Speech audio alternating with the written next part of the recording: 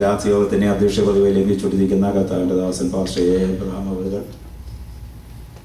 ഈ രാജ്യത്തെ കർത്താവിൻ്റെ മാന്യമായ ശുശ്രൂഷണമൊക്കെ ആയിരിക്കുന്ന ദൈവദാസന്മാർ, ഇന്ത്യയിൽ കേരളത്തിലും തമിഴ്നാട്ടിലും ബാംഗ്ലൂരിലുമായിട്ടൊക്കെയായി കർത്താവിൻ്റെ മാന്യമായ ശുശ്രൂഷണമൊക്കെ ആയിരിക്കുന്ന എല്ലാ ആദരണീയ ദൈവദാസന്മാർ, മനോഹരമായ ഗാനങ്ങൾ ആലപിച്ചുകൊണ്ടിരിക്കുന്ന BMG സഭയുടെ തന്നെ അനുഗ്രഹിക്കപ്പെട്ട സന്താനങ്ങൾ, കടന്നു വന്ന എല്ലാ പ്രിയപ്പെട്ടവർക്കും കർത്താവായ യേശുക്രിസ്തുവിൻ്റെ നിസ്തുല നാമത്തിൽ എൻ്റെ സ്നേഹവന്ദനം അറിയിക്കുന്നു. മറ്റൊരു മുഖതൊന്നും കൂടാതെ ദൈവജനത്തിലേക്ക് നമുക്ക് ശ്രദ്ധയിരിക്കാം. നമ്മുടെ തീമിനോട് കൂത് പുലർത്തിക്കൊണ്ട് തന്നെ, നീതി പുലർത്തിക്കൊണ്ട് തന്നെ ഒരു ദൈവിക ആലോചന നിങ്ങളുമായി പങ്കുവയ്ക്കുവാൻ ആഗ്രഹിക്കുന്നു. പ്രാരംഭത്തിൽ 3 വാക്യങ്ങൾ നമുക്ക് വായിച്ചു കേൾക്കാം. 91 സങ്കീർത്തനം 14 വാക്യം. 91 സങ്കീർത്തനം 14 വാക്യം.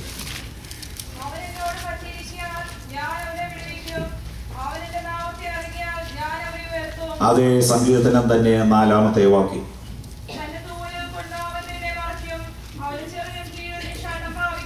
വെളിപ്പാട് പുസ്തകം 21 അധ്യായം 3 വാക്യം. വെളിപ്പാട് പുസ്തകം 21 അധ്യായം 3 വാക്യം. സിംഹാസനത്തിൽ നിന്ന് ഒരു മഹാശബ്ദം പറയുന്നതായി ഞാൻ കേട്ടത്, ഇതാ മനുഷ്യരോട് കൂടെ ദൈവത്തിന്റെ കൂടാരം, അവൻ അവരോട് കൂടെ വസിക്കും, അവർ അവന്റെ ജനമായിരിക്കും, ദൈവം താൻ അവരുടെ ദൈവമായി അവരോട് കൂടെ ഇരിക്കും.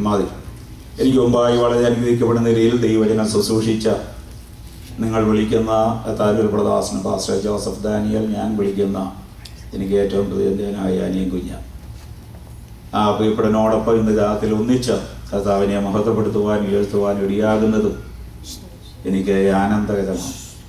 എല്ലാറ്റിലും കൂടി ദൈവനാമം മഹിമപ്പെടട്ടെ. 91 സങ്കീർത്തനം ആരാണ് എഴുതിയത് എന്നതിനെ പറ്റി 2 അഭിപ്രായങ്ങളാണ് വേദപണ്ഡിതന്മാരുടെ ഇടയിലുള്ളത്. ഒന്ന്, മോശയാണ് ഈ സങ്കീർത്തനം എഴുതിയതെന്നാണ്. അങ്ങനെ അവകാശപ്പെടുന്നവർ പറയുന്ന ന്യായം 90 സങ്കീർത്തനം മോശയുടെ സങ്കീർത്തനമാണ്. അതുകൊണ്ട് അതിനോടൊപ്പം ചേർന്ന് കിടക്കുന്ന 91 സങ്കീർത്തനവും മോശയുടെ സങ്കീർത്തനമെന്നാണ്. രണ്ടാമത്തെ തെളിവ്, ഈ സങ്കീർത്തനം തുടങ്ങുന്നത് അത്യുന്നതന്റെ മറവിൽ വസിക്കുന്ന ഒരു വ്യക്തിയെ പറ്റി പ്രതിപാദിച്ചുകൊണ്ടാണ്. ഇത് പറയുവാൻ യോഗ്യതയുള്ള ഒരു വ്യക്തി ഉണ്ടെങ്കിൽ അത് മോശ മാത്രമാണെന്ന്. മോശയുടെ ജീവിതത്തിന്റെ ആകെ തുക എന്ന് പറയുന്നത് അവൻ ദൈവസന്നിധിയിൽ മറഞ്ഞിരുന്നവനാണ്. ഒന്ന്, അവന്റെ മാതാപിതാക്കൾ അവനെ 3 മാസം മറച്ചു വെച്ചു. 2, അല്പസമയം അവൻ ഞാങ്ങണ പെട്ടകത്തിനകത്ത് മറഞ്ഞിരുന്നു. 3, അവൻ 40 വർഷം മിദ്യാനിൽ മറഞ്ഞിരുന്നു. 4, അവൻ 40 ദിവസം യഹോവയുടെ പർവ്വതമായ സീനായിൽ ദൈവ സന്നിധിയിൽ മറഞ്ഞിരുന്നു. 5, അവൻ മേഘത്തിൻ കീഴെ മറഞ്ഞിരുന്നു. 6, അവൻ പിളർക്കപ്പെട്ട പാറയുടെ പിളർപ്പിൽ അവൻ മറഞ്ഞിരുന്നു. 7, അവന്റെ മരണശേഷം അവന്റെ കല്ലറ ഇന്നും മറയപ്പെട്ടിരിക്കുന്നു. ഇങ്ങനെ അവന്റെ ജീവിതത്തിന്റെ ആകെ തുക എന്ന് പറയുന്നത് മറഞ്ഞിരിക്കുന്ന അനുഭവമാണ്. ആ ഭക്തന് മാത്രമേ അത്യുന്നതന്റെ മറവിൽ മറഞ്ഞിരിക്കുന്ന ഒരു വ്യക്തിയെ പറ്റി പാടുവാൻ കഴിയൂ. ഈ തെളിവുകൾ എടുത്ത മോശയാണ് ഈ സങ്കീർത്തനം ചമച്ചത് എന്ന് അവകാശപ്പെടും. അപ്പോൾ തന്നെ മറ്റ് ചിലർ ഈ സങ്കീർത്തനം മോശയല്ല, ദാവീദാണ് എഴുതിയത് എന്ന് അവകാശപ്പെടും. അവർ പറയുന്ന ന്യായം 91 സങ്കീർത്തനത്തിലെ ഭാഷാ ശൈലി ദാവീദിന്റെ ഭാഷാ ശൈലിയാണ്. ദാവീദിന്റെ ഭാഷാ ശൈലി അവനെ പറ്റി പറയുമ്പോൾ ഞാൻ, എന്നെ, എനിക്ക് എന്ന് ഉപയോഗിക്കാതെ മറ്റേതോ വ്യക്തിയെ പറ്റി പറയുന്നത് പോലെ നിന്നെ, നിനക്ക് എന്ന് പറയുന്നത് ദാവീദിന്റെ ഭാഷയാണ്. ദാവീദ് സങ്കീർത്തനത്തിൽ പാടുന്നു, യഹോവേ രാജാവ് നിന്റെ ബലത്തിൽ സന്തോഷിക്കട്ടെ. ആരാണ് രാജാവ്? അവൻ തന്നെയാണ്. 103 സങ്കീർത്തനത്തിൽ ദാവീദ് പാടുന്നു, അവൻ നിന്റെ അകത്യമൊക്കെ മോചിക്കുന്നു. എന്റെ അകത്യം മോചിക്കുന്നു എന്ന് പറയുന്നതിന് പകരം നിന്റെ അകത്യം മോചിക്കുന്നു. ഇത് ദാവീദിന്റെ ഭാഷയാണ്. ഈ ഭാഷയാണ് ഈ 91 സങ്കീർത്തനത്തിലെ ഈ ഭാഷ. 3-ാം വാക്യത്തിൽ അവൻ നിന്നെ വേട്ടക്കാരന്റെ കണിയിൽ നിന്ന് വിടുവിക്കും. എന്നെ വിടുവിക്കുമെന്ന് പറയുന്നതിന് പകരം നിന്നെ വിടുവിക്കുമെന്ന് പറയുന്നത് ദാവീദിന്റെ ഭാഷയാണ്. എഴുത്തുകാരനല്ല നമ്മുടെ യുദ്ധാവിഷയം. മോശയാകട്ടെ, ദാവീദാകട്ടെ, ഇല്ലെങ്കിൽ കോലവൃത്തന്മാരാകട്ടെ, ആസാഫാകട്ടെ, ആരെങ്കിലും ആകട്ടെ, സങ്കീർത്തനക്കാരൻ പാട്ട് പാടി മുന്നോട്ട് വന്നു. പാട്ട് പാടി മുന്നോട്ട് വന്നപ്പോൾ സ്വർഗത്തിലെ ദൈവം ഈ പാട്ടിൽ ഇടപെട്ടു. എന്നിട്ട് ദൈവമാണ് ഈ പാട്ട് പാടി അവസാനിപ്പിച്ചത്. 16 വാക്യങ്ങൾ ഈ സങ്കീർത്തനത്തിനുണ്ട്. ആദ്യത്തെ 13 വാക്യങ്ങൾ മാത്രമേ സങ്കീർത്തനക്കാർ പാടിയുള്ളൂ. ഒടുവിലത്തെ 3 വാക്യങ്ങൾ പാടി തുടങ്ങിയ വ്യക്തിയല്ല പാടുന്നത്, സ്വർഗത്തിലെ ദൈവമാണ്. 14-ാം വാക്യം, അവൻ എന്നോട് പറ്റിയിരിക്കാൻ ഞാൻ അവനെ വിടുവിക്കും. ആര് പാടി? മോശ പാടിയതല്ല, ദാവീദ് പാടിയതല്ല, വിടുവിപ്പാൻ കഴിയുന്ന ദൈവമാണ് പാടിയത്. അവന്റെ നാമം അറിയാൻ ഞാൻ അവനെ ഉയർത്തും. ആര് പാടി? ഉയർത്തുവാൻ കഴിയുന്ന ദൈവം. അവൻ എന്നെ വിളിച്ചപേക്ഷിക്കും, ഞാൻ അവന് ഉത്തരം നൽകും. കഷ്ടകാലത്ത് ഞാൻ അവനോടുകൂടെ ഇരിക്കും. ഞാൻ അവനെ വിടുവിച്ച മഹത്വപ്പെടുത്തും. ദീർഘായുസ് കൊണ്ട് ഞാൻ അവനെ തൃപ്തി വരുത്തും. എന്റെ രക്ഷയെ ഞാൻ അവന് കാണിച്ചു കൊടുക്കും. ഇത് സ്വർഗത്തിലെ ദൈവം പാടിയതാണ്. 150 സങ്കീർത്തനങ്ങളിൽ 91-ാം സങ്കീർത്തനത്തിന്റെ മാത്രം പ്രത്യേകതയാണ് പാടി തുടങ്ങിയ വ്യക്തിയെ കൊണ്ട് പാട്ടുപാടി അവസാനിപ്പിക്കാൻ അനുവദിക്കാതെ ദൈവം പാട്ട് ഏറ്റെടുത്തു. ഒരു ദിവസം ഞാൻ ദൈവസ്ഥലിൽ ചിന്തിക്കാൻ തുടങ്ങി, അതിന്റെ കാര്യം എന്തോ? ഈ പാടിയാളെന്ന് പാടി അവസാനിപ്പിച്ചേന് ദൈവം തൊട്ടാൻ ഇടയ്ക്ക് കയറി ഇടപെടാൻ കാര്യം എന്തുവാ? എന്റെ ചിന്തയിൽ വന്ന ചിന്ത ഞാൻ മനസ്സിലാക്കിയത്, സങ്കീർത്തനക്കാരൻ എന്ത് ദൈവത്തെ നോക്കി പ്രഖ്യാപിച്ചുവോ പറഞ്ഞുവോ അതിന്റെ മറുപടിയാണ് ദൈവം തന്റെ വാക്കിൽ കൊടുക്കുന്നത്. 3-ാം വാക്യത്തിൽ സങ്കീർത്തനക്കാരൻ ദൈവത്തെ നോക്കി പാടി, അവൻ നിന്നെ അല്ലെങ്കിൽ അവൻ എന്നെ വേട്ടക്കാരന്റെ കണിയിൽ നിന്ന് വിടുവിക്കും.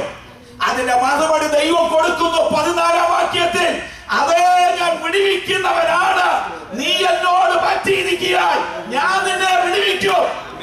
8-ാം വാക്യത്തിൽ സങ്കീർത്തനക്കാരൻ പാടി, എന്റെ ശത്രുക്കൾക്ക് വരുന്ന പ്രതിഫലം ഞാൻ കാണാൻ പോകുന്നു. ഞാൻ ചിലത് കാണുമെന്ന് പറഞ്ഞ സങ്കീർത്തനക്കാരോട് ദൈവം പറയുന്നു, എന്റെ രക്ഷയെ ഞാൻ നിനക്ക് കാണിച്ചു തരും. നാം ദൈവത്തിൽ എങ്ങനെ ആശ്രയിക്കുന്നുവോ, എന്ത് വിശ്വസിച്ച് പ്രഖ്യാപിക്കുന്നുവോ അതിനൊത്തവണ്ണം ദൈവം നമുക്ക് മറുപടി നൽകുന്നവനാണ്. ദൈവം പാടിയ പാട്ടിൽ 7 വാഗ്ദത്തങ്ങൾ നമുക്ക് കാണാൻ കഴിയും.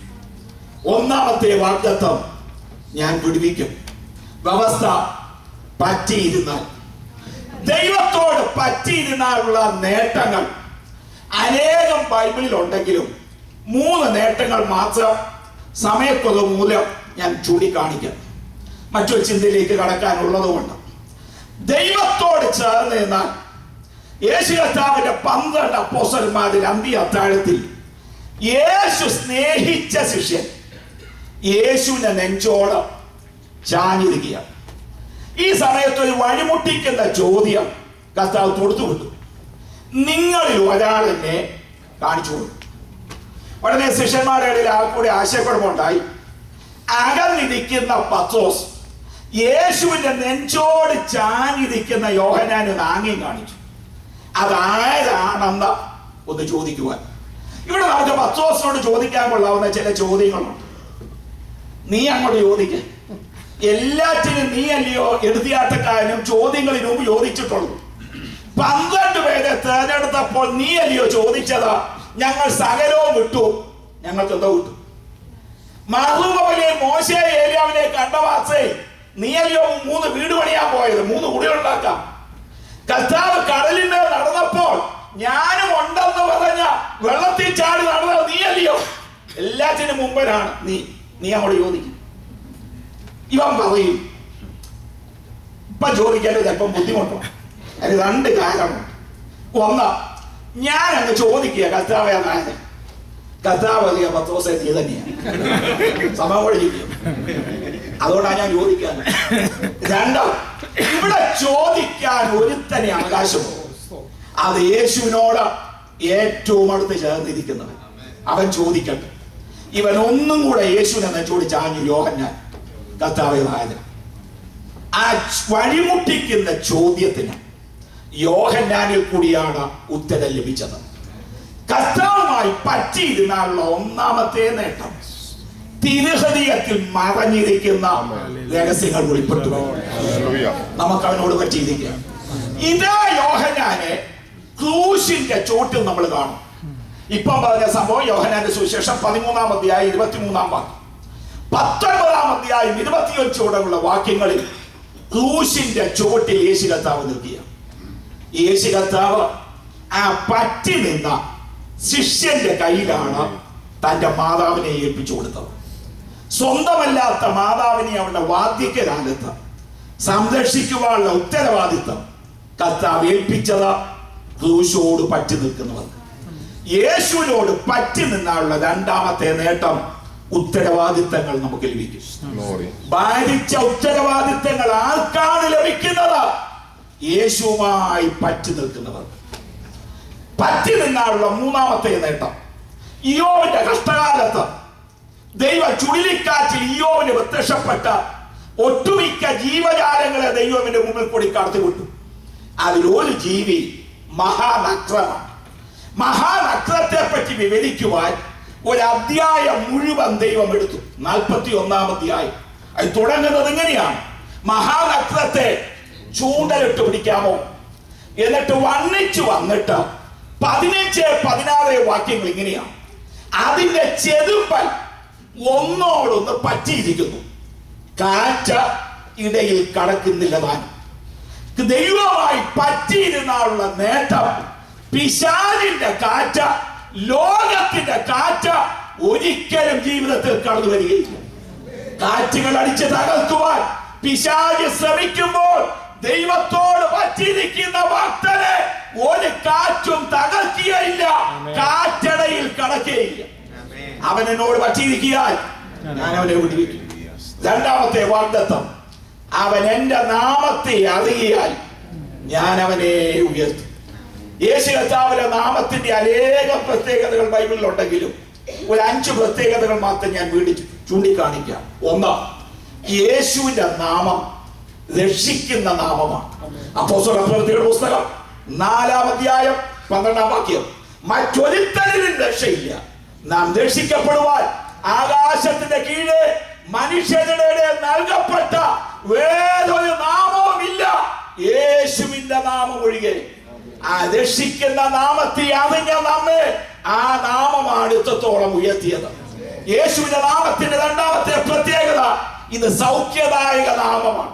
പ്രവൃത്തികളുടെ പുസ്തകം 3-ാം അധ്യായം 6-ാം വാക്യം, പൊന്നും വെള്ളിയും ഞങ്ങൾക്കില്ല, ഞങ്ങൾക്കുള്ളത് നിനക്ക് തരുന്നു, നസറേയനായ യേശുവിന്റെ നാമത്തിൽ എഴുന്നേറ്റ് നടക്ക. യേശുവിന്റെ നാമം സൗഖ്യമാക്കുന്ന നാമമാണ്. യേശുവിന്റെ നാമത്തിന്റെ മൂന്നാമത്തെ പ്രത്യേകത, ഇത് അഭിഷേകം ചെയ്യുന്ന നാമമാണ്. ഉത്തമഗീതം 1-ാം അധ്യായം 3-ാം വാക്യം, നിന്റെ നാമം പകർന്ന തൈലം പോൽ. ആ വാക്യത്തോട് ചേർത്ത് പ്രവൃത്തിയുടെ പുസ്തകം 2-ാം അധ്യായം 33-ാം വാക്യവും ചേർത്ത് വായിക്കണം. അവൻ സ്വർഗ്ഗാരോഹണം ചെയ്ത പിതാവിങ്കിൽ നിന്ന് വാഗ്ദത്തത്തിന്റെ പരിശുദ്ധാത്മാവിനെ വാങ്ങി നിങ്ങൾ കാണുകയും കേൾക്കുകയും ചെയ്യുന്നത് പകർന്നു തന്നു. നമ്മെ അഭിഷേകം ചെയ്തത് യേശുവിന്റെ നാമമാണ്. യേശുവിന്റെ നാമത്തിന്റെ 4-ാമത്തെ പ്രത്യേകത, ഈ നാമം നമ്മെ ഉയർത്തുന്ന നാമമാണ്. ഫിലിപ്പിയാലേഖനം 2-ാം അധ്യായം 9-10 വാക്യങ്ങൾ, എല്ലാ നാമത്തിനും മേലായ നാമം ദൈവപിതാവ് അവന് കൊടുത്തെങ്കിൽ ആ നാമം നമ്മെയും ഉയർത്തുന്ന നാമമാണ്. യേശുവിന്റെ നാമത്തിന്റെ 5-ാമത്തെ പ്രത്യേകത, ഇത് അപമാനം സഹിപ്പാൻ നമ്മെ യോഗ്യരാക്കുന്ന നാമമാണ്. പ്രവൃത്തിയുടെ പുസ്തകം 5-ാം അധ്യായം 41-ാം വാക്യം, തിരുനാമത്തിന് വേണ്ടി അപമാനം സഹിക്കേണ്ടി വന്നതിനാൽ അവൻ സന്തോഷിച്ചുകൊണ്ട് ന്യായാധിപ സംഘത്തിന് പുറപ്പെട്ടുപോയി. അവരുടെ നാമത്തെ അറിയുന്നവരെ അവൻ ഉയർത്തുന്നവനാണ്. മൂന്നാമത്തെ വാഗ്ദത്തം, അവൻ എന്നെ വിളിച്ചപേക്ഷിക്കും, ഞാൻ അവന് ഉത്തരമരുളും. കരഞ്ഞ ഹാഗാരിന് വേണ്ടി, കരഞ്ഞ ഇസ്മായേലിന് വേണ്ടി ദൈവം ഉറവ തുറന്നു കൊടുത്തെങ്കിൽ ആരെല്ലാം അവന്റെ മുമ്പിൽ ഇരുന്ന് കരഞ്ഞിട്ടുണ്ടോ അവർക്കെല്ലാം വേണ്ടി ദൈവം വിടുതലയച്ചിട്ടുണ്ട്. ആരാണ് ഹാഗാർ? അവൾ ദാസിയ. ആരാണ് ഇസ്മായേൽ? അവൾ പരിഹാസിയ. അവൻ പരിഹാസിയ. ദാസി കരഞ്ഞപ്പോൾ, പരിഹാസി കരഞ്ഞപ്പോൾ ഉറവ തുറന്നു കൊടുത്ത ദൈവമാണെങ്കിൽ ഞാനും നിങ്ങളും ദാസിയുമല്ല, പരിഹാസിയുമല്ല, നമ്മൾ അവകാശികളാണ്. അവകാശികളായ ഞാനും നിങ്ങളും അവന്റെ മുമ്പിൽ കരഞ്ഞാൽ നമുക്ക് വേണ്ടി ഉത്തരമല്ലാതിരിക്കുമോ? അവൻ എന്നെ വിളിച്ചപേക്ഷിക്കും, ഞാൻ അവന് ഉത്തരമരുളും. കഷ്ടകാലത്ത് ഞാൻ അവനോടുകൂടി ഇരിക്കും. സുഖകാലത്ത് കൂടെ ഇരിക്കാൻ എന്നെ ഇതേ കിട്ടും. എന്നാൽ കഷ്ടകാലത്ത് കൂടെ ഇരിക്കാമെന്ന് പറഞ്ഞവൻ ഒരുവൻ മാത്രമേ ഉള്ളൂ. അഞ്ചാമത്തെ വാഗ്ദത്തം, ഞാൻ അവനെ വിടുവിച്ച് മഹത്വപ്പെടുത്തും. വായിച്ചുവിടുമ്പോൾ എളുപ്പമുണ്ട്. ലാസദീനമായി കടന്നു. ഈ ദീനവന്റെ മരണത്തിനായിട്ടല്ല, ദൈവനാമം മഹിമപ്പെടുവാനാണ്. ദൈവം വിടുവിച്ചു മഹത്വപ്പെടുത്തി, ദീർഘായുസിന്റെ തൃപ്തി കൊടുത്തു. ദൈവം തന്റെ രക്ഷയെയും കാണിച്ചു കൊടുത്തു. 4-ാം വാക്യത്തിലേക്ക് മടങ്ങി വരുന്നു. അതുകൊണ്ടാണ് ഇത്രയും കാര്യം ഞാൻ തന്നെ വേഗത്തിൽ ഓടിച്ചു പറഞ്ഞത്. ദൈവത്തിന്റെ നിത്യമായ ചിറകുകളിലുള്ള 7 അനുഗ്രഹങ്ങൾ വിശുദ്ധ ബൈബിളിലുണ്ട്. അതൊന്ന് വേഗം ചൂണ്ടിക്കാട്ടുവാനാണ് പ്രാരംഭ ഭാഗം ഞാൻ വേഗത്തിൽ പറഞ്ഞു പോയത്. ഒന്നുകൂടെ ഞാൻ ആവർത്തിക്കുന്നു. ദൈവത്തിന്റെ നിത്യമായ ചിറകുകളിൽ ദൈവം ഉള്ളടക്കം ചെയ്തിരിക്കുന്ന 7 അനുഗ്രഹങ്ങൾ വിശുദ്ധ ബൈബിളിലുണ്ട്. ഒന്നാമത്തെ അനുഗ്രഹം നാം വായിച്ച ആ വാക്യത്തിൽ തന്നെയുണ്ട്. 4-ാം വാക്യം ഞാൻ വായിക്കുന്നു. തന്റെ തൂവലുകൾ കൊണ്ട് അവൻ നിന്നെ മറയ്ക്കും, അവന്റെ ചിറകിൻ കീഴിൽ നീ ശരണം പ്രാപിക്കും. ദൈവത്തിന്റെ ചിറക് ശരണത്തിന്റെ ചിറകാണ്. ദൈവത്തിന്റെ ചിറക് ശരണത്തിന്റെ ചിറകെന്ന് സങ്കീർത്തനത്തിൽ പല ഭാഗത്ത് നമ്മൾ കാണുന്നുണ്ടെങ്കിലും അത്യാവശ്യമായി 3 വാക്യങ്ങൾ ഇനി വായിച്ചു കേൾക്കാം. ദൈവത്തിന്റെ ചിറക് ശരണത്തിന്റെ ചിറകാണ്. 36-ാം സങ്കീർത്തനം 7-ാം വാക്യം. ഇനി വാക്യങ്ങൾ വായിച്ച് സഹായിക്കാം. 36-ാം സങ്കീർത്തനം 7-ാമത്തെ വാക്യം.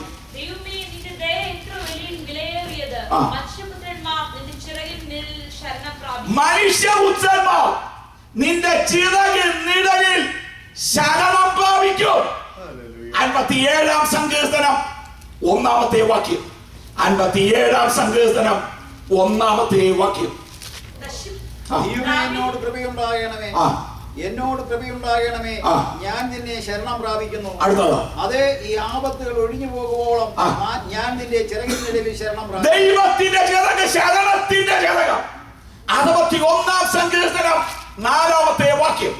61-ാം സങ്കീർത്തനം 4-ാമത്തെ വാക്യം. ഞാൻ നിന്റെ കൂടാരത്തിൽ എന്നേക്കും വസിക്കും, നിന്റെ ചിറകിൻ മറവിൽ ഞാൻ ശരണം. ഇവിടെല്ലാം നമ്മൾ കണ്ടത് ദൈവത്തിന്റെ ചിറക് ശരണത്തിന്റെ ചിറക്. ശരണമെന്ന വാക്ക് പഴയ നിയമത്തിലെ പ്രത്യേക സാഹചര്യത്തിലാണ് ഉപയോഗിച്ചിരിക്കുന്നത്.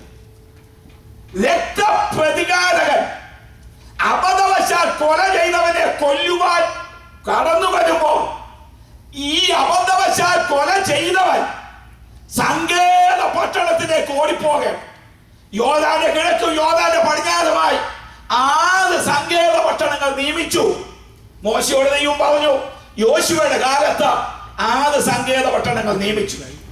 ഈ സങ്കേത പട്ടണത്തിലേക്ക് ഓടുന്നവനുള്ള ബന്ധത്തിലാണ് ശരണമെന്ന വാക്ക് ഉപയോഗിച്ചിരിക്കുന്നത്. രക്തപ്രതികാരകൻ രക്ഷവായ്പാൻ ശരണത്തിനായി അവൻ ഓടിപ്പോയി. ഈ പഴയ നിയമത്തിലെ 6 സങ്കേത പട്ടണങ്ങൾ പുതിയ നിയമത്തിലെ സങ്കേതമായ യേശുവിന്റെ നിഴലാണ്. അതുകൊണ്ടാണ് അതിനുള്ള ബന്ധത്തിലും എബ്രായ ലേഖനം 6-ാം അധ്യായം 18-ാം വാക്യത്തിൽ വായിക്കുന്നു, ശരണത്തിനായി ഓടി വന്ന നമുക്ക്. ഒന്ന് വായിക്കാം. 6-ാം അധ്യായം 18-ാം വാക്യം.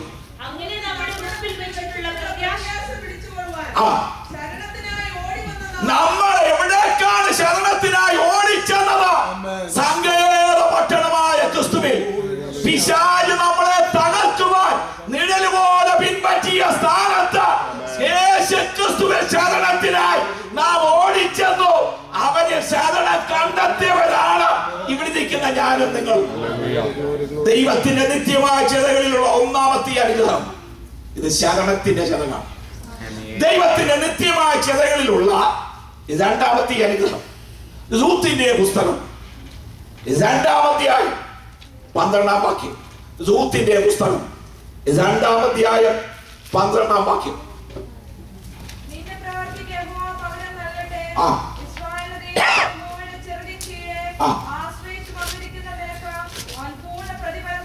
ദൈവത്തിന്റെ ചിറക ആശ്രയത്തിന്റെ ചിറക. ഭാഗ്യവശാൽ റൂത്ത് ബോവസിന്റെ വയലിൽ കാലാവധി കാച്ചു. ബോവസ് ബേത്ലഹേം പട്ടണത്തിൽ നിന്ന് വന്ന ഉടനെ കൊയ്ത്തുകാരോട് പറഞ്ഞു, ദൈവം നിങ്ങളോടുകൂടെ ഇരിക്കട്ടെ. കൊയ്ത്തുകാര ബോവസിനോട് പറഞ്ഞു, യഹോവ നിന്നെ അനുഗ്രഹിക്കട്ടെ. മുതലാളി തൊഴിലാളികളോട് പറയുന്നത്, ദൈവം നിങ്ങളോടുകൂടി ഇരിക്കട്ടെ. കുറ്റമല്ല ഈ പറയുന്നത്. തൊഴിലാളികളുടെ കുറ്റമല്ല മുതലാളി പറയുന്നത്, ദൈവം നിങ്ങളോടുകൂടി ഇരിക്കട്ടെ. അതിന് തൊഴിലാളികൾ മുതലാളിയോട് പറഞ്ഞത്, യഹോവ നിന്നെ അനുഗ്രഹിക്കട്ടെ. മുതലാളിക്ക് അറിയാം, തൊഴിലാളികളോടുകൂടി ദൈവം ഇരുന്നാൽ തന്റെ വയൽ അനുഗ്രഹിക്കപ്പെടും. തൊഴിലാളികൾക്കറിയാം, യഹോവ മുതലാളിയോടുകൂടി ഇരുന്നാൽ തങ്ങൾക്ക് വിടുതലാണ്.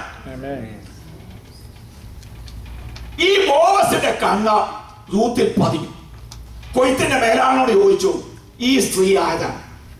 കൊയ്ത്തിന്റെ മേലാളൻ പറഞ്ഞു, നവോമിയോടുകൂടി മോവാബിൽ നിന്ന് വന്ന അവളുടെ മരുമകളാണ്.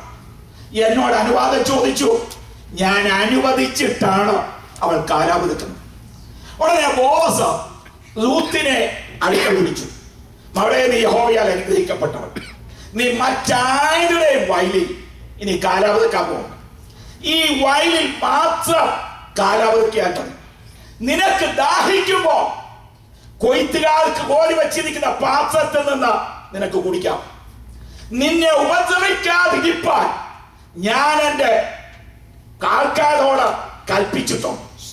ഉടനെ ഈ റൂത്ത് സാഷ്ടാംഗം വീണ് നമസ്കരിച്ചിട്ട് പറയുന്നുണ്ട്, അധ്യായം 10-ാം വാക്യം, ഒരു അന്യ സ്ത്രീയായ എന്നോട് ഇങ്ങനെ ദയ കാണിക്കാൻ എന്ത് നന്മ നീ എന്നിൽ കണ്ടു. 10-ാം വാക്യം ഇത് വായിക്കാം. 10-ാം വാക്യം.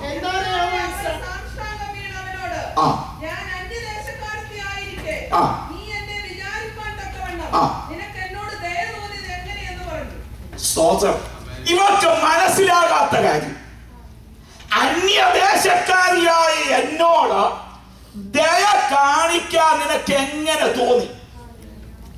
ഞാനും നിങ്ങളും ഒറ്റയ്ക്ക് ഇരിക്കുമ്പോൾ നമ്മൾ കർത്താവിനോട് ചോദിക്കേണ്ട ചോദ്യമാണ്, എന്നെ സ്നേഹിപ്പാൻ, എനിക്ക് വേണ്ടി കരുതുവാൻ, ഇത്രയും നന്മ കാണിക്കുവാൻ എന്ത് നന്മ എന്നിൽ നീ കണ്ടു? നമ്മൾ ഓരോരുത്തരും ചോദിക്കേണ്ട ചോദ്യമാണ്, എന്ത് നന്മയാണ് എന്നെ കണ്ടത്? ചുരുങ്ങിയ കാലം കൊണ്ട് എന്നെ കണ്ടിട്ട് അധികം സമയമായില്ല. ഈ ചെറിയ കാലം കൊണ്ട് ഇത്രയും നന്മ തരുവാൻ എന്നോട് എങ്ങനെ നിനക്ക് തോന്നി? അതിന്റെ മറുപടിയാണ് 11-ാം വാക്യം. 11-ാം വാക്യം. നിന്റെ ഭർത്താവ് മരിച്ച ശേഷം നീ ചെയ്തിരിക്കുന്നത് വിട്ടത്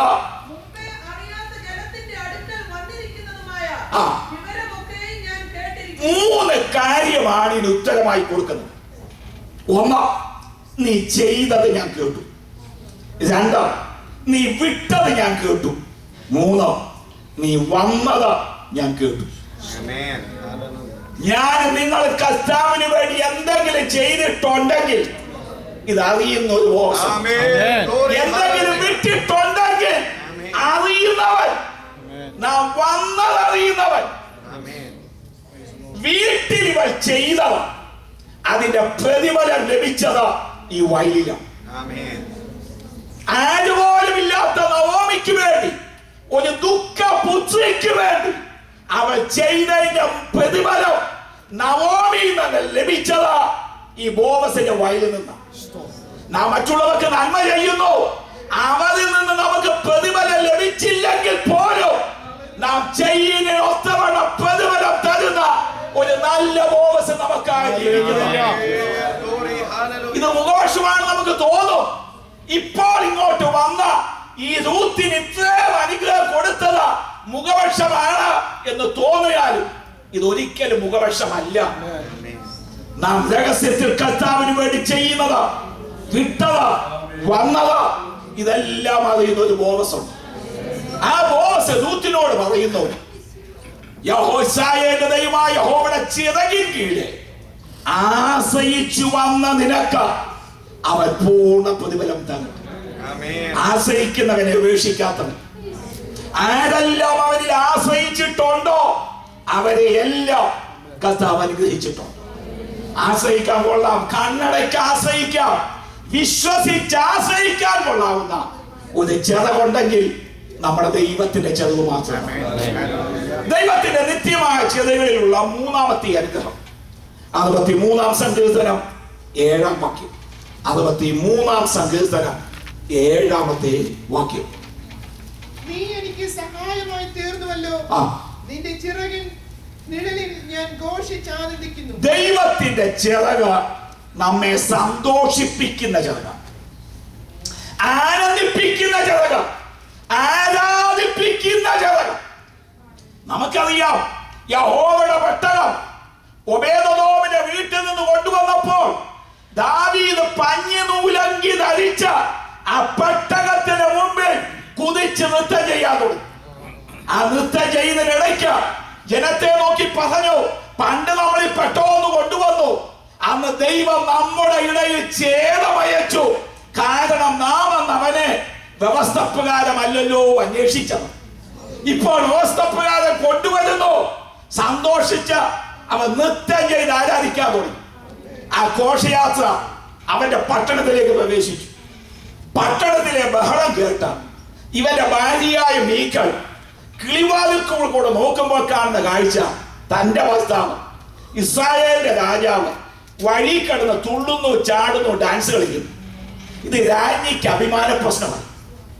രാജാവ് ജനത്തെ അനുഗ്രഹിച്ച കുടുംബത്തെ അനുഗ്രഹിക്കുവാൻ കൊട്ടാരത്തിലേക്ക് വന്നപ്പോൾ രാജ്ഞി രാജാവിന്റെ മുഖത്ത് നോക്കിയ ചോദ്യം, നിസ്സാരന്മാരിൽ ഒരുത്തൻ തന്നെത്താൻ അനാവൃതനാക്കിയതുപോലെ തന്റെ ദാസന്മാരുടെയും ദാസിമാരുടെയും മുമ്പിൽ തന്നെത്താൻ അനാവൃതമാക്കിയ ഇസ്രായേലിന്റെ രാജാവ് മഹത്വമുള്ളവനോ എന്ന് പറഞ്ഞാൽ ഭയങ്കര മഹത്വമായി പോയി. നിന്റെ ദാസന്മാരുടെ ദാസിമാരുടെ മുമ്പിൽ കടന്ന് തുള്ളാനും ഡാൻസ് ചെയ്യാനും ചാടാനും നാണമില്ലയോ എന്നായി ചോദിച്ചത്. ഇതിന്റെ മറുപടി ദാവീദ് കൊടുത്തത് എന്റെ ഭാഷയിൽ പറയാം, എടി ഒത്തിരി നാണക്കേടായി പോയെങ്കിൽ ഇനി ഞാൻ ഈ പരിപാടിക്ക് പോകത്തില്ല. ഇതല്ല ദാവീദിന്റെ മറുപടി. നിന്റെ അപ്പനെ ഈ കൊട്ടാരത്തിൽ നിന്ന് ഇറക്കി വിട്ടിട്ട് നിന്റെ അപ്പനിരുന്ന സിംഹാസനത്തിൽ നിന്റെ ഭവനത്തിൽ നിന്ന് ഒരു വ്യക്തിയെ പോലും തിരഞ്ഞെടുക്കാതെ മരുഭൂമിയിൽ ആടുകളെ മേയിച്ചു നടന്ന എന്നെ എന്റെ ദൈവം തിരഞ്ഞെടുത്ത നിന്റെ അപ്പന്റെ പകരം രാജാവാക്കിയെങ്കിൽ എന്നെ ഉയർത്തിയ ദൈവത്തിന് മുമ്പേ ഞാൻ നൃത്തം ചെയ്യും, ഞാൻ ആരാധിക്കും, ഇതിലധികം നൃത്തം ചെയ്യും. നീ പറഞ്ഞ ദാസിമാരുടെ മുമ്പേ എനിക്ക് മഹത്വം ഉണ്ടാവും. ദൈവത്തിന് സ്തോത്രം. ദാവീദിന് ഒന്ന് അറിയാം, താൻ രാജാവ് ജനത്തിന് മാത്രമാണ്. ദൈവത്തിന്റെ മുമ്പിൽ ഞാൻ രാജാവല്ല. ഇത് നമ്മൾ മനസ്സിലാക്കേണ്ട കാര്യം. നമ്മൾ രാജാവ് കളിക്കുന്നത് ജനത്തിന് മുമ്പിലാകണം. ഇവിടെ എന്നെ പരിചയപ്പെടുത്തി BMG സഭയുടെ കേരള സ്റ്റേറ്റ് പ്രസിഡന്റ്, വലിയ കൊണ്ടച്ചോന്നില്ല, കൊച്ചു സമയത്തേ. ഞാൻ ഈ പ്രസിഡന്റ് കളിക്കുന്നത് ജനത്തിന് മുമ്പിലാകാവും. ദൈവത്തിന്റെ മുമ്പിൽ വരുമ്പോൾ ഈ വേഷഭൂഷാദികൾ അഴിച്ചു വയ്ക്കണം. ഞാൻ ഇശായിയുടെ 8ാമത്തെ മകൻ മാത്രമാണ്. അവന്റെ മുമ്പിൽ ഞാൻ ഒന്നറില്ല. ഞാൻ അവനെ ആരാധിക്കും. വളരെ കൺവെൻഷന് പ്രസംഗിക്കുമ്പോൾ നിങ്ങൾ കണ്ടിട്ടുണ്ട്, ഞാനും കണ്ടിട്ടുണ്ട്. ചേട്ടൻ നമ്മുടെ നാട്ടിൽ നേതാക്കന്മാർ ആരാധിക്കത്തില്ല. ഇത് ആളെ പിടിച്ചോളി. ഇതാ നേതാവിന്റെ ആരാധന. നേതാവ് കളിക്കുന്ന ജനത്തിന് മുമ്പിലാകാം. ദൈവത്തിന്റെ മുമ്പിൽ ഒരു വ്യക്തിയും നേതാവ് കളിക്കുന്നു. ഇശായിയുടെ 8ാമത്തെ മകനാണ് ഞാൻ. എന്റെ ദൈവത്തിന് മുമ്പ് ഞാൻ ഏതുമില്ല. ഞാൻ പഴയ ആട്ടിടയനാണ്. ആ ചിന്ത ഒരു വ്യക്തിയിൽ മരിച്ചാൽ അവൻ പരിസരം മറന്ന കാഴ്ചപ്പാട് നമ്മുടെ ജീവിതത്തെ എപ്പോഴും ഉണ്ടായിരിക്കും.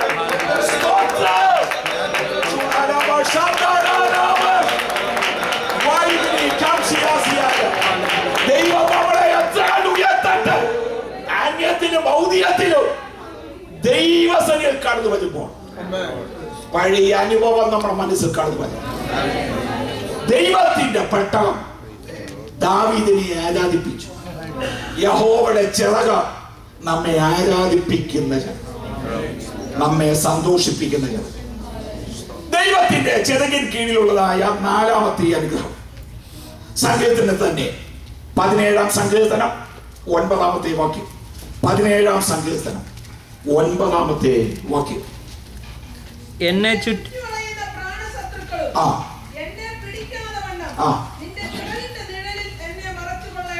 ദൈവത്തിന്റെ ചിറക് നമ്മളെ ഒളിപ്പിക്കുന്ന ചിറക്. 1 ശരണത്തിന്റെ ചിറക്, 2 ആശ്രയത്തിന്റെ ചിറക്, 3 സന്തോഷിപ്പിക്കുന്ന ചിറക്, 4 മറയ്ക്കുന്ന ചിറക്. ഈ ചിറകിൻ കീഴിൽ ആരെല്ലാം മറയുന്നുവോ ശത്രുവിന്റെ കണ്ണിന് നമ്മൾ അകപ്പെടുകയും ദൈവം നമ്മെ ഒളിപ്പിക്കുന്നവരാ. ഇരമ്യാ പ്രവചനം 36-ാം അധ്യായം 26-ാം വാക്യം ഇതിനോട് ചേർന്ന് വായിക്കേണ്ട വാക്യമാണ്. അനന്തരം ബാരൂക്ക് എന്ന എഴുത്തുകാരനെയും 36-ാം അധ്യായം 26-ാം വാക്യം. ഇരമ്യാ പ്രവചനം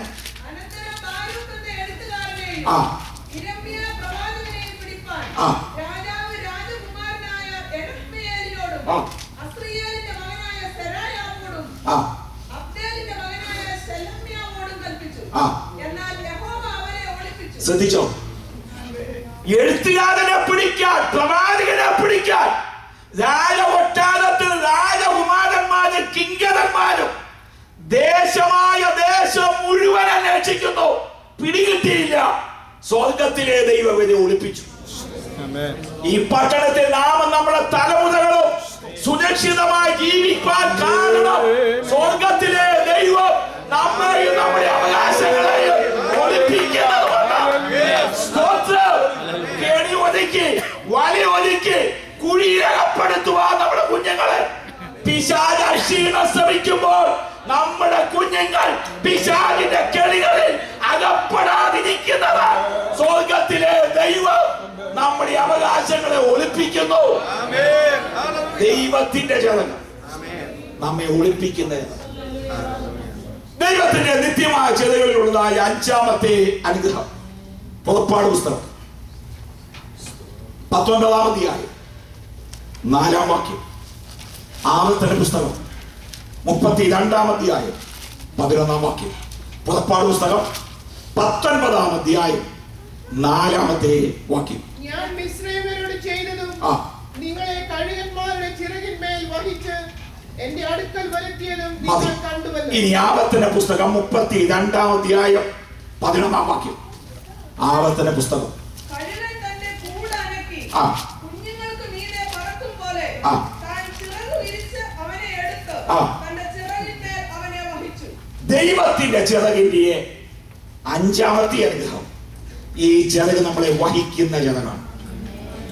കഴുകൻ തന്റെ കൂട് അനക്കി, കൂട് പൊളിച്ചു കളയാന്നൊക്കെ പറയാറ്. എന്നിട്ട് കുഞ്ഞു കഴുകനെ പതക്ക പഠിപ്പിക്കുന്നു. ഞാൻ ഈ അമേരിക്കയിൽ വന്നപ്പോൾ ഇതൊന്ന് പഠിക്കണമെന്നുണ്ടായിരുന്നു. എന്താ ഇത് ഈ സാധനം ചെയ്യും കുഞ്ഞുങ്ങളുള്ള ബന്ധത്തിൽ എന്തുവാ ചെയ്യുന്നതെന്ന് ചോദിക്കാൻ വേണ്ടി എന്റെ മോന്റെ അടുക്കൽ വന്നേച്ചതൊന്ന് ഇതിനകത്ത് വല്ലതും ഉണ്ടോ നോക്കാൻ പോകും. വെബ്സൈറ്റിലും യൂട്യൂബിലും അത് തപ്പിയെടുത്ത് ഈഗിളിനെ പിടിച്ചു. ഒരു മനോഹരമായ ചിത്രം ഞാൻ കണ്ടതാണ്. അത് നാട്ടിൽ നിന്നപ്പോഴും കണ്ടതാണ്. ഈ കുഞ്ഞു കഴുകനെ ഇങ്ങനെ പതക്ക പഠിപ്പിക്കുന്നു. ഈ കുഞ്ഞു കഴുകന്റെ കീഴെ വന്ന ചിറകോട് ഇങ്ങനെ തട്ടി തട്ടി പൊക്കുന്ന ഞാൻ കണ്ടിട്ടുണ്ട്. നിങ്ങൾ കണ്ടു കാണും. അപ്പൊ ഈ ചിറകിൽ ഇങ്ങനെ തട്ടി താഴോട്ട് വരുമ്പോൾ താഴെ വന്നിട്ട് തള്ളക്കഴുകാൻ വന്നിട്ട് ചിറകോട് ഇങ്ങനെ തട്ടി തട്ടി തട്ടി ഇങ്ങനെ മുകളോട്ടങ്ങ് പോവുക. എന്തിനാ? ഇതിനെ പറക്ക പഠിപ്പിക്കുവാൻ. എന്നെയും നിങ്ങളെ പതക്കെ പഠിപ്പിക്കുവാൻ നമ്മുടെ കൂടെ അവൻ പൊളിച്ചിട്ടുണ്ട്. അവന്റെ ചിറക് നമ്മളെ വഹിച്ചിട്ടുണ്ട്. ചിറക് കുഴയുന്നു, നിലം വലിയാകുമെന്ന് ചിന്തിച്ച സ്ഥാനത്ത് വിധിക്കപ്പെട്ട ചിറകുമായവൻ നമ്മുടെ കീഴേ വന്ന അവൻ തന്റെ ശാശ്വതമായ ചിറകുകളെ എത്രയോ പ്രാവശ്യം നമ്മളെ ഉയർത്തിക്കൊണ്ടുപോയി.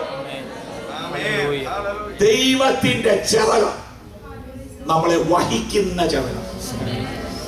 ദൈവത്തിന്റെ നിത്യമായ ചിറകിലുള്ള ആറാമത്തെ അനുഗ്രഹം മലാക്കി പ്രവചനം 4-ാമധ്യായം 2-ാമത്തെ വാക്യം. മലാക്കി പ്രവചനം 4-ാമധ്യായം 2-ാമത്തെ വാക്യം. എന്റെ നാമത്തെ ഭയപ്പെടുന്ന നിങ്ങൾക്കോ നീതിസൂര്യൻ തന്റെ ചിറകിൻ കീഴിൽ രോഗശാന്തിയോടുകൂടെ ഉദിക്കും. ദൈവത്തിന്റെ ചിറകിന്റെ 6-ാമത്തെ പ്രത്യേകത ഇത് രോഗശാന്തിയുടെ ചിറകാണ്. നമ്മുടെ നാട്ടിലെ തള്ളക്കോഴിയുടെ കീഴിൽ 10-15 കോഴിമുട്ട വയ്ക്കും. 21 വർഷം കഴിയുമ്പോൾ 10-15 കോഴിക്കുഞ്ഞുങ്ങളെ മുട്ട വിരിഞ്ഞ് ഉള്ളിലോട്ട് വരും. ഈ 15 എണ്ണം ലാസ്റ്റിൽ തള്ളക്കോഴിയുടെ ചെതയിൽ കീഴിൽ ഇങ്ങനെ ഞെങ്ങിയ മതിരിക്കും. എന്റെ കുഞ്ഞിനാള് ഞാൻ വിചാരിച്ചു ഇതെല്ലാം ശ്വാസം കൂടി ചത്തുപോകത്തില്ല, എല്ലാം കൂടെ എന്റെ വീട് ഇങ്ങനെ ഇരുന്ന. രാവിലെ എഴുന്നേറ്റ് നോക്കുമ്പോ കാണാൻ എന്റെ വീടിൽ നിന്ന ഊർജ്ജസ്വലതയോടെ ഈ 10-15 എണ്ണം പുറകോട്ട് വെളിയിലോട് ചാടുക. ദൈവത്തിന്റെ ചിറക് രോഗശാന്തിയുടെ ചിറകാണ്. നമുക്ക് ആരോഗ്യം നൽകുന്ന ചിറകാണ്. നാം അവന്റെ പാദപീഠത്തിൽ ഇരുന്ന് ആരാധിക്കുമ്പോൾ അതിലൂടെ പ്രാപിച്ചെടുക്കുന്നതായ ശക്തിയുണ്ട്, രോഗശാന്തിയുണ്ട്, വിടുതലുണ്ട്. ഇന്ന് രാത്രി അത് നമ്മൾ അനുഭവിച്ചുകൊണ്ടിരിക്കുകയാണ്. ചില രോഗികളെ ഇന്ന് രാത്രി കർത്താവ് തൊട്ട് സൗഖ്യമാക്കുന്നത് ഞാൻ വിളിച്ചു പറയാം. ദൈവത്തിന്റെ ചിറക് രോഗശാന്തിയുടെ ചിറക്. ദൈവത്തിന്റെ നിത്യമായ ചിറകിലുള്ള 7-ാമത്തേതും ഒടുവിലെത്തതുമായ കാര്യം. ഒടുവിലെത്തെന്ന് പറഞ്ഞാൽ ഞാൻ കണ്ടെത്തിയതിൽ ഒടുവിലത്തേക്കാര്യം. ചിലപ്പോൾ അധികം കണ്ടേക്കും. ഞാൻ കണ്ടതിൽ ഒടുവിലത്തേക്കാര്യം. മത്തായി സുവിശേഷം 23-ാമധ്യായം 37-ാം വാക്യം. മത്തായി സുവിശേഷം 23-ാമധ്യായം 37-ാമത്തെ വാക്യം. യെരൂശലേമേ, യെരൂശലേമേ, പ്രവാചകന്മാരെ കൊല്ലുകയും നിന്റെ അടുക്കൽ അയച്ചിരിക്കുന്നവരെ കല്ലെറിയുകയും ചെയ്യുന്നവളെ, കോഴി തന്റെ കുഞ്ഞുങ്ങളെ ചിറകിൻ കീഴിൽ ചേർക്കും പോലെ. ദൈവത്തിന്റെ ചിറക് കൂട്ടിച്ചേർക്കുന്ന ചിറക്. വഴിതെറ്റിപ്പോകുന്നതിന് കൂട്ടിച്ചേർക്കുന്ന ചിറകാണ് ദൈവത്തിന്റെ ചിറക്. നമ്മുടെ ഭവനത്തിൽ ഇനിയും മാനസാന്തപ്പെടാനുള്ളവരും രക്ഷയുടെ അനുഭവത്തിലേക്ക് കടന്നു വരാനുള്ളവരും ദൈവത്തിന്റെ ചിറക് അവരെയും കൂട്ടിച്ചേർക്കും. ദൈവത്തിലെ നിന്നോടൊപ്പം മുട്ടുകുത്തുവാൻ നിന്റെ ഭവനത്തെ ചിലരെ ദൈവം നിശ്ചയമായി സന്ദർശിക്കും. കർത്താവായ യേശു വിശ്വസിക്കുക, എന്നാൽ നീ നിന്റെ കുടുംബം രക്ഷ പ്രാപിക്കുമെന്നുള്ളത് നമുക്കുള്ള വാഗ്ദത്തം കൂടിയാണ്. ദൈവത്തിന്റെ ചിറക് അകന്നു പോയതിനെയും അകന്നു പോകുന്നതിനെയും അവൻ കൂട്ടിച്ചേർക്കും. ശിഥിലമാകുന്നത്, ചിത്രിപ്പിക്കുന്നത്, അകറ്റിക്കളയുന്നത് പിശാചിന്റെ പോരാട്ടമെങ്കിൽ അവയെ കൂട്ടി യോജിപ്പിക്കുന്നത് ദൈവത്തിന്റെ വിശ്വസ്തതയുമാണ്. കുടുംബ ബന്ധങ്ങളെ ശിഥിലമാക്കുന്ന, രണ്ടാക്കി പിരിക്കുന്നതായ ഇരുട്ടിന്റെ ശക്തികൾ ദേശത്തിൽ വ്യാപരിച്ചു നിൽക്കുമ്പോൾ സ്വർഗത്തിലെ ദൈവം നമ്മെയും നമുക്കുള്ളവരെയും കൂട്ടിച്ചേർക്കുവാൻ വിശ്വസ്തനാണ്. യാക്കോബിന്റെ മുമ്പിൽ ഒരു അങ്കി തൂങ്ങിക്കിടക്കുകയാണ്, രക്തക്കറയുള്ള അങ്കി. യാക്കോബിന്റെ ശേഷം മക്കൾ യാക്കോബിന്റെ അടുക്കൽ വന്നു, ഇത് യോസേഫിന്റെ അങ്കിയാണോ? ആണോ?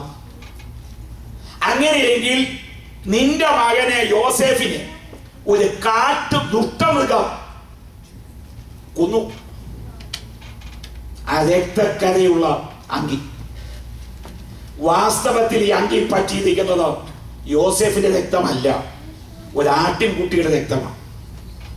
കള്ളസാക്ഷ്യം പറഞ്ഞ ഒരു അങ്കി യാക്കോബിനെ മുമ്പിൽ തൂങ്ങിക്കിടക്കുക. യാക്കോബ് നിർജീവമായി ആ അങ്കിയുടെ മുമ്പിൽ കിടക്കുക. ഇനി നമുക്ക് യോസേഫിന്റെ പുറകെ പോകാം. യോസേഫ് ഇപ്പോൾ മിസ്രയീമിൽ ഈജിപ്തിൽ കുണ്ടറെ കിടക്കുക, അവന്റെ മുമ്പിൽ മറ്റൊരു അങ്കി തൂങ്ങി കിടക്കണം. കണ്ണടച്ചാലും കണ്ണുറന്നാലും ഈ അങ്കിയാണ് അവന്റെ മുമ്പിൽ നിൽക്കുന്നത്. പൊത്തിഫേറിന്റെ ഭാര്യയുടെ കയ്യിൽ ഇരിക്കുന്ന തന്റെ അങ്കി, ആ അങ്കി കള്ളസാക്ഷ്യം പറഞ്ഞുകൊണ്ട് നിൽക്കുക. ചെയ്യാത്ത തെറ്റിന് അവൻ കുണ്ടറെ കിടക്കുക. അപ്പന്റെ മുമ്പിൽ ഒരു അങ്കി, മകന്റെ മുമ്പിൽ മറ്റൊരങ്കി. ഈ രണ്ട് അങ്കികളും കള്ളസാക്ഷ്യം പറയുക. എന്നാൽ സ്വർഗത്തിലെ ഈ രണ്ടിന്റെ നടുവിൽ നിന്ന് പിശാച് കൈകൊട്ടി ചിരിക്കുകയാണ്. ഈ അപ്പനും മകനും ഇനി ഒരിക്കലും ജീവിതത്തിൽ ഒന്നിച്ച് കാണാൻ പോകുന്നുണ്ട്. രണ്ട് രാജ്യങ്ങളിലായി തളച്ചു. രണ്ടുപേരുടെ മുമ്പിൽ ഒരു ഓല അങ്കി തൂക്കിയിട്ട് കൊടുത്തു. കള്ളസാക്ഷ്യം പറയുന്ന അങ്കികൾ, സത്യമില്ലാത്ത കാര്യങ്ങൾ പറയുന്ന രണ്ട് അങ്കികൾ. എന്നാൽ സ്വർഗത്തിലെ ദൈവം ഒരു ദിവസം ഈ അങ്കികളെ വലിച്ചിരുന്നു. അപ്പനെയും മകനെയും ഗോശൻ ദേശത്ത് വച്ച കൂട്ടി യോജിപ്പിച്ചെങ്കിൽ അവാസ്തവമായ കാര്യങ്ങളുടെ മുമ്പിൽ തലമുറകളെ ഭിന്നിപ്പിച്ച, കുടുംബ ജീവിതത്തെ ഭിന്നിപ്പിച്ച, തളച്ചിട്ടിരിക്കുന്ന ചില പോരുകളെ ഇന്ന് രാത്രി ദൈവാത്മാവ് പൊളിച്ചു മാറ്റി കുടുംബ ബന്ധങ്ങളെ യോജിപ്പിക്കുവാൻ ദൈവം വിശ്വസ്തനാണ്. തെറ്റിദ്ധാരണയുടെ മുമ്പിൽ അകറ്റിക്കെട്ടികളും രണ്ടുപേരുടെ മുമ്പിൽ കിടക്കുന്ന തെറ്റിദ്ധാരണകൾ. എന്നാൽ ആ തെറ്റിദ്ധാരണകളെ മാറ്റി ശത്രുവിന്റെ കൈയെഴുത്തുകളെ മാറ്റി എഴുതി യാക്കോബിനെയും യോസേഫിനെയും കൂട്ടിയോജിപ്പിച്ച ദൈവത്തിന്റെ വിശ്വസ്തരുടെ ഭുജം കരയുന്ന കുടുംബങ്ങളിൽ ദൈവം വെളിപ്പെടുത്തും. അവനെന്നോട് പറ്റിയിരിക്കുക, ഞാൻ അവനെ വിടുവിക്കും. ഇങ്ങനെ ദൈവത്തോട് പറ്റിയിരിക്കുന്ന ഭക്തന്മാരെ ചേർപ്പാൻ നമ്മുടെ കർത്താവ് മടങ്ങി വരും. ഇതാ മനുഷ്യരോടുകൂടെ ദൈവത്തിന്റെ കൂടാരം. അവൻ അവനോടുകൂടെ ഇരിക്കും, അവൻ അവനോടുകൂടെ വസിക്കും, അവൻ അവളെ കണ്ണിൽ നിന്ന് കണ്ണീരെല്ലാം തുടയ്ക്കും. കാലസംഭവങ്ങളെല്ലാം നമ്മുടെ കർത്താവിന് അടുത്തു വരാനായി എന്ന് വെളിപ്പെടുത്തിക്കൊണ്ടിരിക്കുക. ഈ ദിവസങ്ങളിൽ കാഹളം ധ്വനിക്കും, മരിച്ചവർ അക്ഷരാൽ ഉയർത്തെഴുന്നേൽക്കും, ജീവനോടെ ശേഷിക്കുന്ന നാം രൂപാന്തരം പ്രാപിക്കും. അവനെ എതിരേൽപ്പാൻ മേഘങ്ങളിൽ എടുക്കപ്പെടും. അന്ന് കേൾക്കുന്ന രണ്ട് വെല്ലുവിളികളുണ്ട്. ഹേ മരണമേ, നിന്റെ ജയം അവിടെ. ഹേ മരണമേ, നിന്റെ വിഷമുള്ളവിടെ. ഹേ മരണമേ, നിന്റെ ജയം എവിടെ എന്ന് വെല്ലുവിളിക്കുന്നത് മരിച്ച വിശുദ്ധന്മാർ ഉയർത്തെഴുന്നേറ്റ് രൂപാന്തരം പ്രാപിച്ചെടുക്കപ്പെടുമ്പോൾ അവൻ വിളിച്ചു ചോദിക്കുന്നു, മരണമേ, നീ എന്നെ കൊന്നു, നീ എന്നെ ജയിച്ചു, ഞാൻ മണ്ണോട് മണിയാവുന്നു. ഇപ്പൊ ഞാൻ നിന്നോട് ചോദിക്കട്ടെ, നിന്റെ ജയം എവിടെ? ഞാൻ നിന്നെ ജയിച്ച എന്റെ പ്രിയന്റെ അടുക്കിലേക്ക് പോവുകയാണ്. ഹേ മരണമേ, നിന്റെ വിഷമുള്ളവിടെ. അത് ജീവനോടിരിക്കുന്ന ഭക്തന്മാർ രൂപാന്തരം പ്രാപിച്ചെടുക്കപ്പെടുമ്പോൾ പറയുന്നതാണ്. മരണമേ, നീ എന്നെ കൊന്നില്ല, പക്ഷെ നിന്റെ വിഷമുള്ളുകൊണ്ട് എന്നെ കുത്തി വേദനിപ്പിച്ചുകൊണ്ടിരുന്നു. ഇന്ന് ഞാൻ നിന്നോട് ചോദിക്കട്ടെ, നിന്റെ വിഷമുള്ളവിടെ? ഞാൻ നിന്നെ ജയിച്ച എന്റെ താതന്റെ അടുക്കിലേക്ക് കടന്നു പോവുകയാണ്. കർത്താവിന്റെ സഭ 7 വർഷം മണിയറയിലായിരിക്കും. ആ 7 വർഷം ഭൂമി മഹോപദ്രവകാലമാണ്. ക്രിസ്തുവിന്റെ വാഴ്ചാകാലമാണ്. വേദപുരക്കന്മാരുടെ അഭിപ്രായത്തിൽ ഭൂതലത്തിലുള്ള എല്ലാവർക്കും കഷ്ടതയാണെങ്കിലും ഏറ്റവും കൂടുതൽ കഷ്ടത ഇസ്രായേൽ മക്കൾക്കാണ്. അതുകൊണ്ടാണ് ആ കാലത്തെ യാക്കോബിന്റെ കഷ്ടകാലം എന്ന് വിളിച്ചിരിക്കുന്നത്. 44 വലിയ കഷ്ടങ്ങൾ ഇസ്രായേൽ ജനതയ്ക്ക് ഉണ്ടാകുമെന്നാണ് പണ്ഡിതമതം ബൈബിളിന്റെ വെളിച്ചത്തിൽ. ഈ 44 കഷ്ടങ്ങൾ 7 വർഷം കൊണ്ട് അനുഭവിച്ച ഇസ്രായേൽ കന്യക തളർന്നവളായി കിടക്കുക. ഈ ക്രിസ്തുവിന്റെ സഹായത്താൽ പണിയുന്ന യെരൂശലേം ദേവാലയത്തിൽ അവൻ തന്റെ പ്രതിമ വയ്ക്കുവാൻ ആവശ്യപ്പെടും. യഹൂദന് പ്രമാണമുണ്ട്, ഒന്നിന്റെയും പ്രതിമ ഉണ്ടാക്കാൻ പാടില്ല. ഇവൻ അത് ചെയ്യാതെ വരുമ്പോൾ ക്രിസ്തു ദേവാലയം ഇടിച്ചു കളയും. ഹനനയാഗങ്ങളും ഹോമയാഗങ്ങളും നിർത്തല് ചെയ്യും. ഒരു സേവയെ അവിടെ നിയമിക്കും. സേവ എന്ന മലയാളത്തിൽ വായിക്കുമ്പോൾ ദാനിയേൽ പ്രവചനത്തിലെ വാക്യങ്ങളാണ് ഞാൻ ഇവിടെ ഉദ്ധരിച്ചത്. ഇംഗ്ലീഷിൽ ഹോസ്റ്റ്, സൈന്യമെന്ന് എഴുതിയിരിക്കുന്നു. ദേവാലയം പിടിച്ചു കളയും, ഒരു സൈന്യത്തെ നിയമിക്കും, ആരെങ്കിലും യാഗവസ്തുമായി വന്നാൽ ഇവനെ വെട്ടിക്കൊല്ലുവാൻ. എന്നിട്ടും ഇവന്റെ കോപം അടങ്ങാൻ മുഴുവൻ യഹൂദജാതിയും ഭൂപരപ്പിൽ നിന്ന് തുടച്ച് നീക്കുവാൻ തീരുമാനിച്ച് കിഴക്ക് നിന്ന് കാറ്റുപോലെ കയറി വരും. ഈ വർത്തമാനം യഹൂദ കന്യക കേട്ടപ്പോൾ അവർക്ക് മനസ്സിലായി, കഴിഞ്ഞ 7 വർഷമായി 44 കഷ്ടം സഹിച്ച തളർന്നു കിടക്കുന്ന എന്റെ മേൽ ഈ കാറ്റ് കൂടി അടിച്ചാൽ നിൽപ്പ് അസാധ്യമാണ്.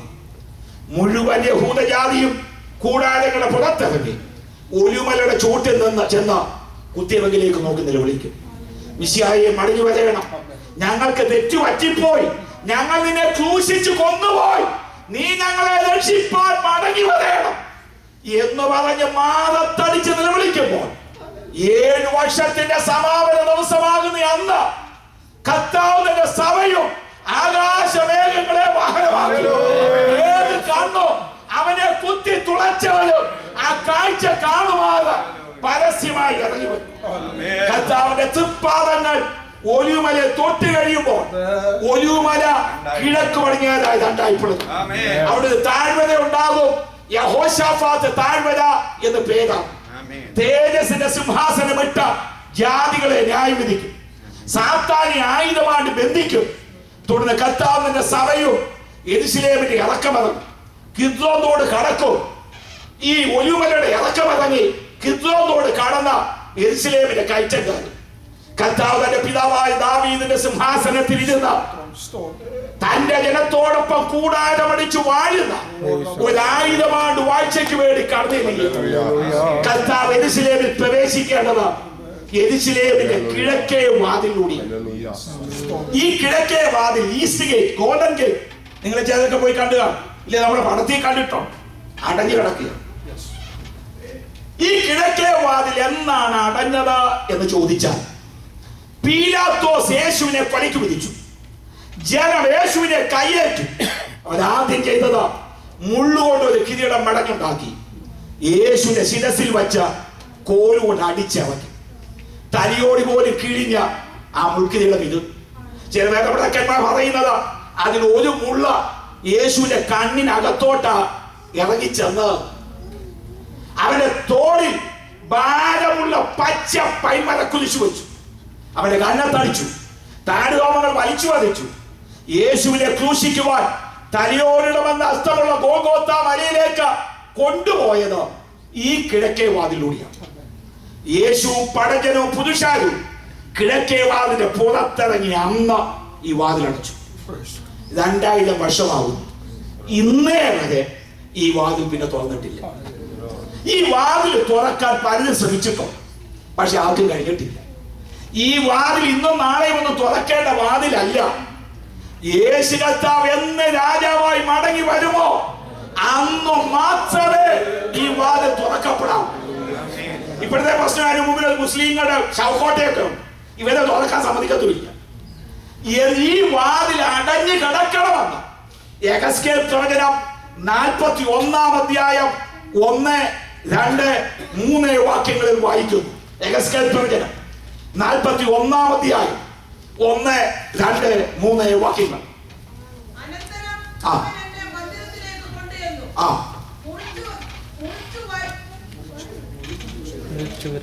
44-ാം അധ്യായം, ക്ഷമിക്കണം, 44-ാം അധ്യായം 1, 2, 3 വാക്യങ്ങൾ.